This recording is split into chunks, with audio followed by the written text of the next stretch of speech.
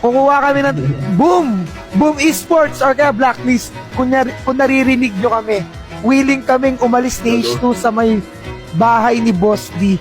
Basta kukunin nyo kaming dalawa. Package kami. Pero may bayad, syempre, siguro mga 10M buyout sa amin dalawa. Tig 5M tayo. Jika doon? Jika doon, par? Blacklist tsaka Boom. Baka naman, oh. Kunin nyo kami ni H2, pre. Kung gusto nyo, lalong sumikat yung, yung team nyo. Kami na bahala na H2 dyan, man.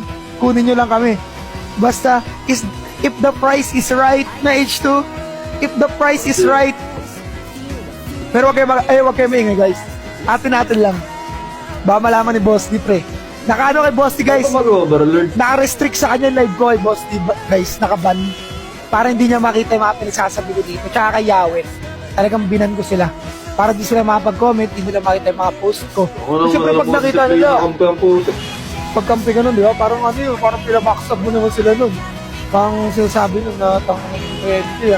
Pero nakita ko yung post si Boss D, guys, eh. Si H2 daw, nag-jogging buong Philippines. Nag-jogging niya, gate 1 to gate 5. Tapos ako daw, iniiwan ko na siya. Hindi niya alam, totoo yun, man. Nagbago na yan si Boss D, guys. Alam niyo bakit? After niyang bayaran yung bootcamp ng 1 taon, hindi niya na kami dun dinalaw. Kupal. Ang sabi niya sa akin, Jay, punta ka ulit bootcamp. Buo ulit tayo team. Kala ko, guys, magkakasama kami. Puking inakampi ko pala doon si H2 tsaka si Yawe. Ayoko na. Sabi ko, ayoko na, Boss D. Nakakatampo ka, Boss D. Kala ko ikaw yung kasama ko. Kasi ikaw yung pinunta ko dito, hindi si H2 tsaka si Yawe. Nakakatampo ka, Boss D. Okay lang, guys, naintindihan ko, may pamilya na eh. Yan talaga ang buhay. So yun, guys, yun lang na yung mga kwento-kwento kasi binabackstab ako ni Boss D sa live niya, guys, eh.